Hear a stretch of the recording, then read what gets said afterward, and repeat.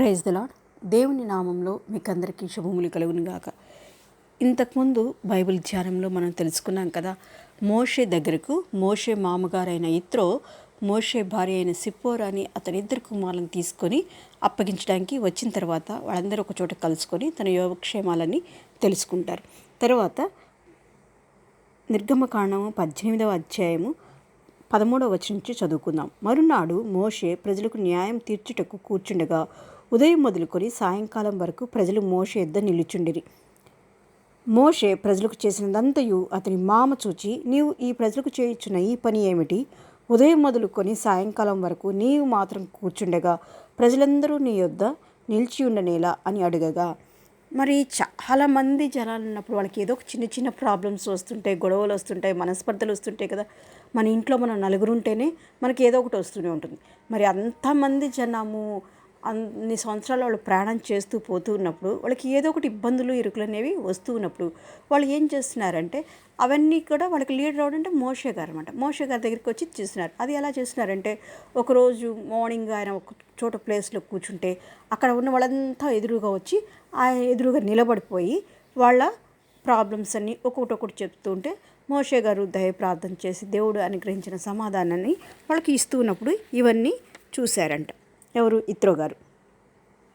ఆయన అడుగుతున్నా అంట, మరి పొద్దుటి నుంచి సాయంత్రం నువ్వైతే కూర్చున్నావు, నీకైనా కూడా కష్టమే కదా, పొద్దుటి నుంచి సాయంత్రం వరకు అంతమంది జనాలు ఎదురుగా వాళ్ళంతా నిలబడి ఉన్నారు, ఎలాగా అన్నాడంట.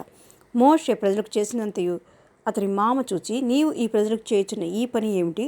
ఉదయం మొదలుకొని సాయంకాలం వరకు నీవు మాత్రం కూర్చుండగా ప్రజలందరూ నీ యొద్ద నిలిచి ఉండనేలా అని అడగగా, మోషే, దేవుని తీర్పు తెలుసుకొనుటకు ప్రజలు నా యొద్దకు వచ్చెదరు, వారికి వ్యాజ్యమైనను ఏదైనాను కలిగిన యెడల నా యొద్దకు వచ్చెదరు.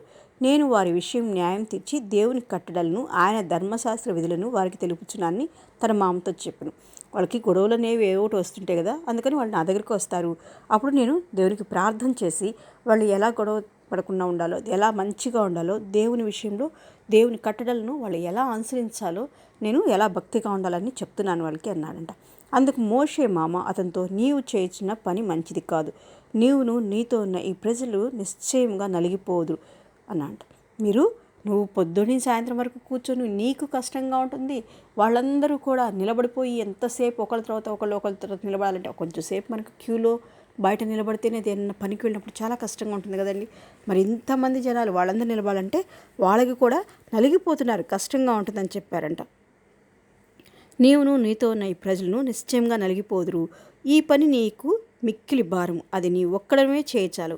మరి ఇంతమంది జనాంగానికి నువ్వు ఒక్కడే నిలబడి తీర్పు చేయటం అనేది చాలా కష్టమైన పని అని చెప్పాడంట.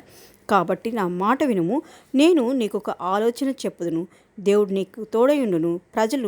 ప్రజల పక్షమున నీవు దేవుని సముఖమందు ఉండి వారి వ్యాజ్యములను దేవుని యొద్దకు తేవలను. నీకు ఒక మంచి ఐడియా ఇస్తారు, దానివల్ల కొంచెం నీకు కష్టం తగ్గుతుంది అని చెప్పాడంట. నీవు వారికి ఆయన కట్టడలను ధర్మశాస్త్రములను బోధించి వారు నడవలసిన త్రోవను వారు చేయవలసిన కార్యమును వారికి తెలుపవాలి. కొంతమందిని ఏర్పరచుకొని వాళ్ళకు చక్కగా ధర్మశాస్త్ర విధులు, దేవుని కట్టడలను, దేవుని ఆజ్ఞలు వాళ్ళందరికీ నువ్వు బోధించు అని చెప్పాడంట. మరియు నీవు ప్రజలందరిలో సామర్థ్యము, దైవభక్తి, సత్యాసక్తి కలిగి లంచగొండులు కాని మనుషులను ఏర్పరచుకొని ఏం చెప్తున్నా అంటే, ప్రజలలో నువ్వు కొంతమందిని ఏర్పరచుకో. వాళ్ళు ఎలా ఉండాలంటే దేవుని మీద భక్తి ఉండాలి, సత్యం ఉండాలి, సత్యం చెప్పేవారిగా ఉండాలి. అలాగే లంచగొండ్లు, మరి డబ్బు తీసుకొని ఆ గేదెలు, వాళ్ళ పశువులు ఉంటాయి కదా, గొర్రెలు మేకలు, ఇవి తీసుకొని వాళ్ళు తీర్పు తీర్చడం కాదు, అన్యాయం తీర్చడం కాదు, కానీ లంచగొండులు కాకుండా ఉండే వాళ్ళని ఏర్పరచుకొని 1000 మందికి ఒకని గాను, 100 మందికి ఒకని గాను, 50 మందికి ఒకని గాను, 10 మందికి ఒకని గాను వాని మీద న్యాయాధిపతులను నియమింపవాలి. ఏం చెప్తున్నా అంటే, ఒక 10 మందికి ఒకళ్ళని, తర్వాత ఒక 50 మందికి ఒకళ్ళని, ఒక 100 మందికి ఒకళ్ళని, ఒక 1000 మందికి కలిపి ఒకళ్ళని, అట్లా ఒక న్యాయాధిపతులని పెట్టు అని చెప్పారంట. వారు ఎల్లప్పుడూ ప్రజలకు న్యాయము తీర్చవలను, అయితే గొప్ప వ్యాజ్యములన్నిటినీ నీ యొద్దకు తేవలను. ప్రతి అల్ప విషయంను వారే తీర్చవచ్చును, అట్లు వారు నీతో కూడా ఈ భారంను మోసిన యెడల నీకు సులువుగా ఉండును.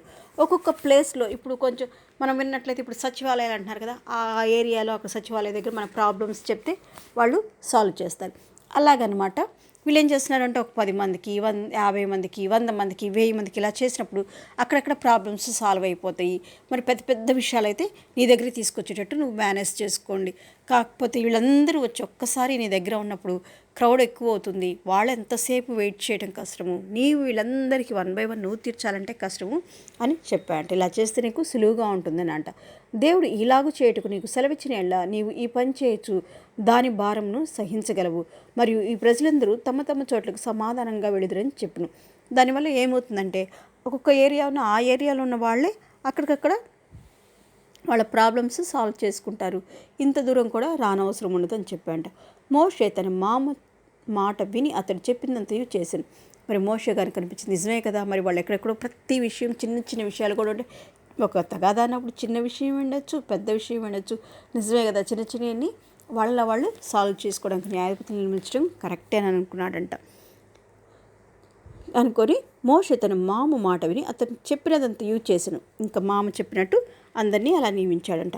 ఇజ్రాయేళ్ళందరిలో సామర్థ్యం గల మనుషులను ఏర్పరచుకొని 1000 మందికి ఒకనిగాను, 100 మందికి ఒకనిగాను, 50 మందికి ఒకనిగాను, 10 మందికి ఒకనిగాను న్యాయాధిపతులను ఏర్పాటు చేసి వారిని ప్రజల మీద ప్రధానులుగా నియమించెను. వారెల్లప్పుడూ ప్రజలకు న్యాయం తీర్చువారు. వారు కఠిన వ్యాజ్యములను మోషే యొద్దకు తెచ్చుచు స్వల్ప వ్యాజ్యములకు తామే తీర్పు తీర్చు వచ్చిరి. తరువాత మోషే తన మామను పంపివేయగా అతడు తన స్వదేశమునకు వెళ్ళాను. ఈ మామ వచ్చి అందుకు చాలా మంచి పని అయింది అనమాట. చాలా హెల్ప్ చేశారు. వచ్చేసి ఇలా చెయ్యి, నువ్వు ఇలా దేవుడి దగ్గర మాట్లాడి, దేవునితో మాట్లాడి, దేవుని ఆజ్ఞ తీసుకొని ఇలా చెయ్యి అని అన్నప్పుడు తను అలాగే వాళ్ళందరినీ న్యాయాధిపతులను నియమించాడనమాట. తర్వాత ఇదంతా సెట్ అయిపోయిన తర్వాత మామగారు తిరిగి తన దేశానికి వెళ్ళిపోయారంట. దేవుడు మిమ్మల్ని దీవించి ఆశీర్వదించి కాపాడునుగాక. ఆమెన్.